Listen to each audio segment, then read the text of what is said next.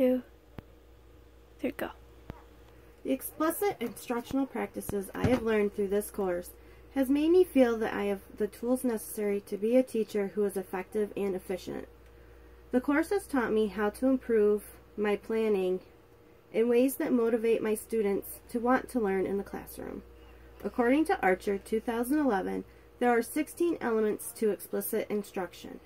For instruction to be explicit, it is important to have all the elements. The elements act as guidelines for what needs to be included when planning. Having a poster of all 16 elements in my classroom will serve as a reminder to what I may need in my plans.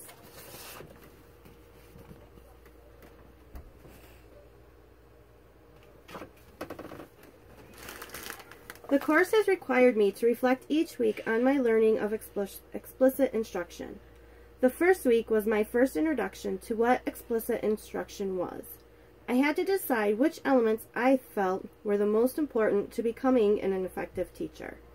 After the 8 weeks of this course, I had to come back to my original choices to determine if I still felt the same, or did I decide on other elements being more important. After learning about each element of explicit instruction, I had to change which elements I felt were the most important. I learned that in order to be an effective teacher, much planning is necessary. My new choices were centered around the beginnings of a lesson plan. There are choices teachers need to make in order to develop their lessons in such a way that engages all of their students along with meeting all their needs at the same time. Each week I revisited a document called Best Instructional Practices Log and Vocabulary Log. These logs kept track of the practices discussed that week that I felt provided the best instruction. I also added vocabulary terms that I may be unfamiliar with or wanted to remember, and making sure to include a friendly definition. The logs created a spot for me to visit when I am looking for something quickly in my future teachings. The DVD session handouts and the Golden Principles viewer guides provide extra supplemental information and instruction of how to demonstrate the elements of explicit instruction. The session handouts looked more specifically at active participation in the classroom and the different active participation strategies. The Golden Principles specifically examined Dr. Archer's best instructional practices.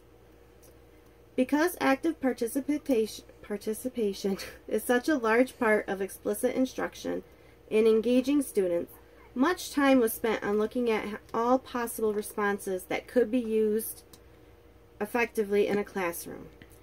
Due to so many possible strategies, I decided to create the active participation strategy cards for my final assessment so that I will have these strategies handy anytime I am in a classroom. Once I have my own classroom, I intend to make these available to other teachers, especially substitutes, so that they are able to understand how things are done in my classroom. With active participation in planning, it is necessary to plan ahead in order to be effective. Another method for doing this planning is to mark up your manuals. In my manual markup, I used a lesson I found online and made notes in the margins of what strategies I planned on using at different points in the lesson. I also went through the lesson and made changes that I felt needed in order to provide more student engagement. One strategy I learned was the use of discussion starters.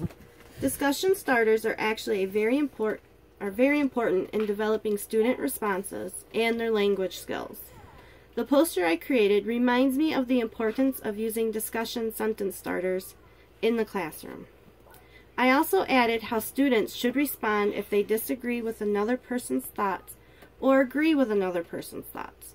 The poster will be beneficial to not only me, but to my students as well.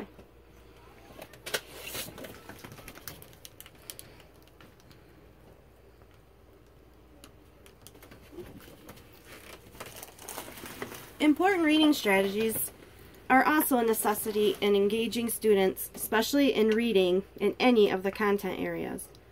Most classrooms are used to doing the round robin. With the use of active participation strategies, a reading environment can be created where students need to follow along with others.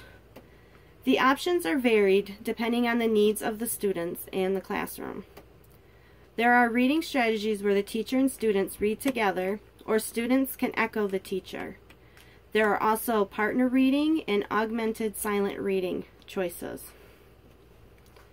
I am aware that there will always be successes and challenges with the implementation of active participation strategies. Some successes might be that students are more engaged from the start. Student scoring improves and more confidence is gained. Some of the challenges may include students who refuse to participate and no support from other school staff or parents. The next document in my toolkit is using word pairs. Word pairs is a vocabulary activity that allows students to assess their knowledge quickly of a list of words. They then defend their answers to a partner. I created my own vocabulary lesson using 5 unknown words found in an upcoming reading book. After creating my lesson, I observed Dr. Archer teaching a short vocabulary lesson to a kindergarten classroom.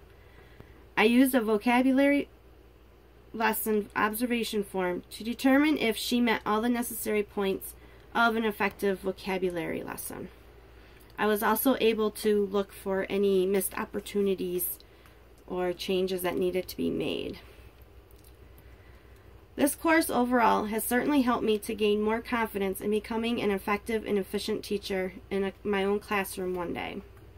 Until then, I plan to practice as many of the strategies as I possibly can. The tools created during this course will ensure that I have what I need to provide explicit instruction.